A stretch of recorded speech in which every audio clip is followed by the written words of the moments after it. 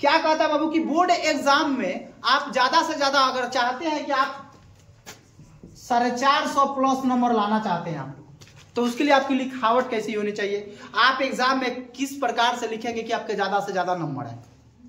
ठीक है, तो आइए कुछ महत्वपूर्ण पहलू हैं जिस पे हम लोग बात करेंगे।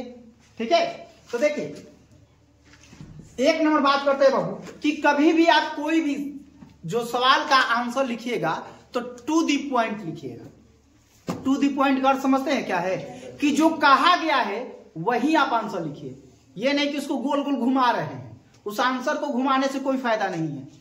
ठीक है, अगर आपसे मान लीजिए कि अगर कोशिका के बारे में कहा गया है तो आप कोशिकी के बारे में लिखिए, आप उत्तक के बारे में उसमें लिख कर तो आप कोशिका के बारे में लिखिएगा तो ये गलत चीज हो जाएगा। ठीक है, तो आपसे जो टू दी पॉइंट एकदम जो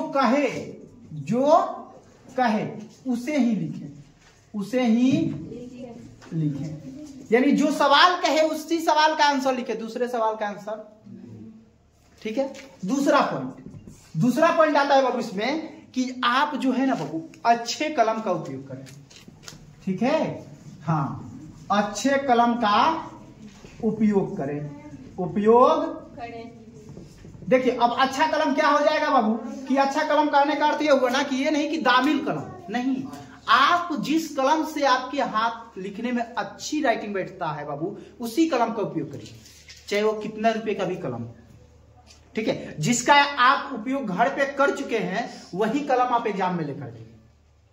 ठीक, तीसरी पॉइंट याद रखिएगा बाबू कि काट कूट न करें, काट कूट न करें। भोजपुरी में आपको बोल रहे हैं बाबू कि आप एग्जाम में जो है ना होता है कि किसी सवाल का आंसर आप लोग उसमें लिपापोती, मान लीजिए कि हम यहाँ पे कोई सवाल कुछ लिख दी, जैसे हम किताबें लिखना है तो किताब ऐसे लिखा जाता है लेकिन हमने इसको गलती लिख दिया, किताब ऐसे लिख दीजिए, तो हम फिर हमको बाद में याद पड़ा कि अरे यार ऐसे नहीं ऐसे लिखा जाता, तो हम इसको काट रहे हैं, तो एग्जामिनर को ध्यान जाएगा उसी पे, निगेटिव थॉट पे ज्यादा ध्यान जाता है तो एग्जामिनर का ध्यान इसी पे जाएगा, और आप सही भी लिखे होंगे तो आपका नंबर वहां पे वो कम कर देगा।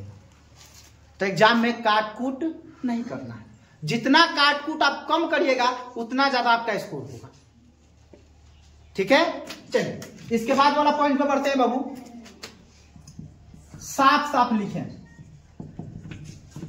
साफ साफ लिखें। ठीक है, लिखावट में जैसे देखिए आप प्रॉपर दो राइटिंग दो शब्द है ना उनके बीच में प्रॉपर गैपिंग होना चाहिए। अभी ना कि एक पर एक लिख रहे हैं, अच्छा एक शब्द यहां पर लिख रहे हैं एक शब्द दीर्घात लिख रहे हैं, तो ऐसा नहीं होना चाहिए, आप प्रॉपर एक सीक्वेंस में लिखिएगा। ठीक है, ये आपका तीसरा पॉइंट, चौथा पॉइंट की साफ साफ लिखिए। पांचवा पॉइंट आते हैं बाबू, 5 नंबर कहता है बाबू कि जो क्वेश्चन का नंबर है ना बाबू, ठीक है, कि मान लीजिए कि अगर कोई क्वेश्चन है 5 नंबरिंग है, उस जैसे किसी आप 5 नंबर का आंसर लिख रहे हैं तो आप वहां पे उत्तर पुस्तिका पे क्या लिख दीजिएगा, प्रश्न 5 का उत्तर, आप ऐसे लिख सकते हैं। ठीक है, हाँ, तो यहां पे लिखिएगा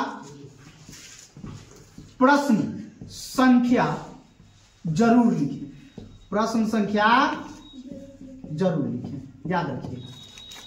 ना होता है कि किसी विद्यार्थी को क्या कहता है कि जा हम तो 3 नंबर के आंसर के जगह 4 नंबर के लिख देनी है, 4 नंबर के जगह 3 नंबर के लिख देनी है, तो आप तो आंसर लिखे हैं सही लेकिन उसका नंबरिंग गलती की है, तो एग्जामिनर चेक करेगा, देखिएगा अरे 3 नंबर में है आंसर नहीं किए, तो वो आपके आंसर को क्या करेगा, गलती काट देगा। तो इसलिए आप क्या करिए, प्रश्न संख्या जरूर लिखिए। ठीक है, ये पॉइंट आपको बहुत जरूरी है बाबू कि आप प्रश्न संख्या जरूर लिखेंगे। अब 5वां 6ठा नंबर बात बाबू कि यथासंभव अपने शब्दों में उत्तर दें, अपने शब्दों में उत्तर दें। अपने शब्दों का अर्थ समझते हैं बाबू, कोई सवाल हम लोग पढ़ते हैं ना तो टीचर जी माने शिक्षकगण कोई सवाल समझाते हैं तो आपको लगता है कि नहीं सर जी आप इतना जो बड़ा इसको समझा रहे हैं, इसको शॉर्टकट तरीके से ये आंसर इस बतिया वही करते, जैसे अनेक शब्दों के बदले आप एक शब्द पढ़े हैं ना बाबू, तो उसी प्रकार से यानी यथासंभव जो उसका मूल भाव है उसका भाव नहीं बदलना चाहिए, भाव वहीं रहना चाहिए, उसका अर्थ वहीं रहना चाहिए, भले आप उसमें कुछ शब्द बढ़ा या घटा। तो क्या लिखे बाबू, यथासंभव अपने शब्दों में उत्तर दे। ठीक है, ये याद रहेगा ना बाबू। अगर आपको खंड कहता है कि इसमें ये खंड है ये खंड है, तो आप खंड देकर ही उसका आंसर लिखिएगा। ठीक है, और थोड़ा सा इसके आगे बढ़ते हैं बाबू, तो 7वां नंबर पॉइंट हम लोग ये बढ़ जाते हैं कि देखिए होता क्या है बाबू कि जब हम लोग क्वेश्चन का आंसर लिखते हैं ना, क्वेश्चन का आंसर लिखते हैं तो कोई सवाल कहता है कि आपको 2 नंबर में जवाब देना है, 2 नंबर का आंसर लिखना है, तो हम उसके लिए 5 नंबर बराबर आंसर लिख देते हैं। ऐसा नहीं करना है, याद रखिएगा, ऐसा नहीं करना, हरगिज नहीं करना है। याद रखिए 2 नंबर सवाल के लिए जो आपको आंसर देना है ना, तो कम से कम आपको 20 शब्द तो होना चाहिए, माने 20 शब्द से 30 शब्द के पहले ही होना चाहिए। किसी सवाल का आंसर थोड़ा सा बढ़ जाता है और किसी सवाल का आंसर कभी एक लाइन में उसका आंसर आ जाता है, ठीक है।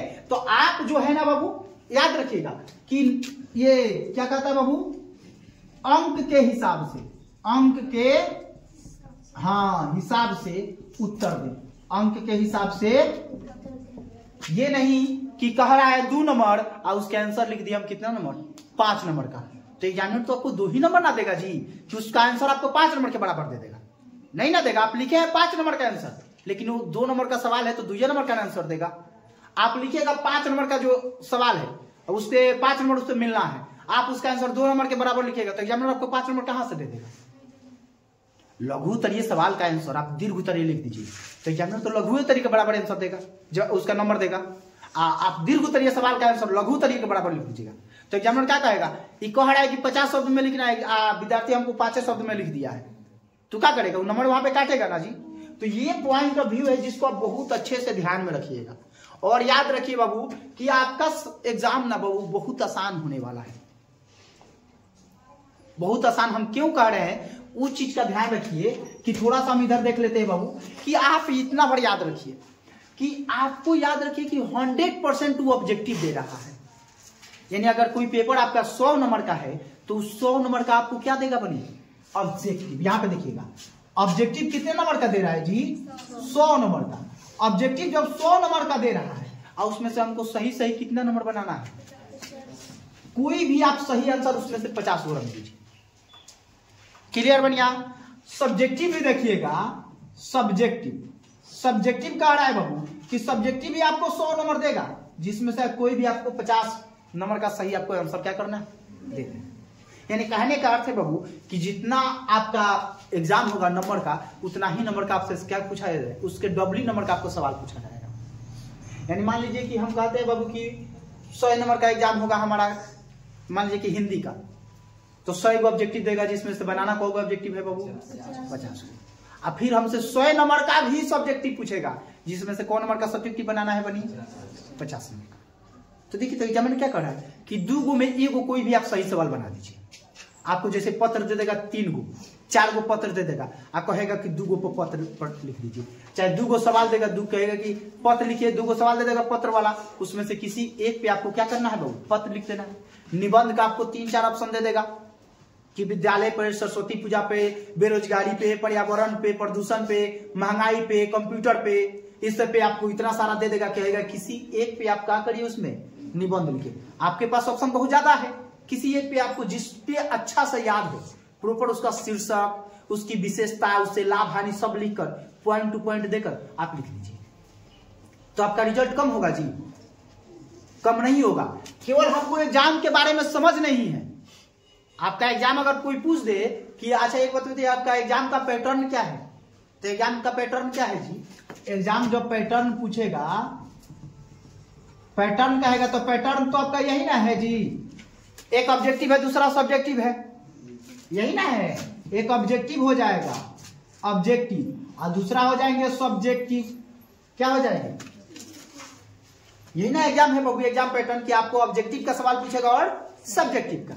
अब सब्जेक्टिव में भी 2 तरह का बटा हुआ है, एक 2 नंबर वाला पूछेगा, एक 5 नंबर वाला पूछेगा। तो 2 नंबरिया जो पूछेगा वो हमारा लघु उत्तरीय हो गया, और 5 नंबरिया जो पूछेगा हमारा दीर्घ उत्तरीय हो गया। तो 2 नंबरिया के याद रखिएगा कि 20 से 30 शब्द में आप जवाब दे दीजिएगा 2 नंबरिया सवाल के लिए। आप 5 नंबरिया का तो कोई लिमिट ना रहता है, लेकिन याद रखिएगा 50 शब्द से ज्यादा ही लिखिएगा, 5 नंबरिया में 50 शब्द से ज्यादा ही लिखिएगा। कोई दिक्कत इसमें बाबू? तो इस हिसाब से अगर आप अपनी तैयारी कर रहे हैं तो एग्जाम में आप समझिए कि आप 450 प्लस पहले ही लिख चुके हैं, 450 प्लस आप स्कोर करिएगा एग्जाम में। ये पैटर्न आप समझ गए तो याद रखिए। आप प्रॉपर आप सीरियली लिखिएगा, ये नहीं कि हम फुदुक कर 1 नंबर का आंसर लिख दिया, फुदुक कर सीधे चले गए 40 नंबर पे, मान लीजिए 30 नंबर पे, मान लीजिए आपके जैसे 10 में दिया रहेगा ना जी, 30 को सवाल दिया रहेगा, तो 1 नंबर का आंसर दिए, एक बार चले गए 30 नंबर का आंसर लिखने के लिए, तो एग्जामिनर क्या कहेगा? एग्जामिनर चाहता है कि हमको जितना आसानी से आसानी जल्दबाजी में हम कॉपी साइन कर दें। तो क्या कहते हैं बाबू कि आप देखते हैं उस सीक्वेंस में लिखा है कि नहीं। अगर जो विद्यार्थी अगर सीक्वेंस में लिखा है, अगर थोड़ा सा उसका आंसर 19-20 भी होता है ना, तो एग्जामिनर उसको माइनस करके उस पर नंबर दे देता है। सीक्वेंस में होगा तो, सीक्वेंस में नहीं हुआ, आप कभी आप आंसर लिख दीजिए 1 नंबर का, आप फिर लिख दीजिए 10 नंबर का, आप फिर लिख दीजिए 2 नंबर का, तो एग्जामिनर क्या कहेगा जी कि चीट करके लिखा है।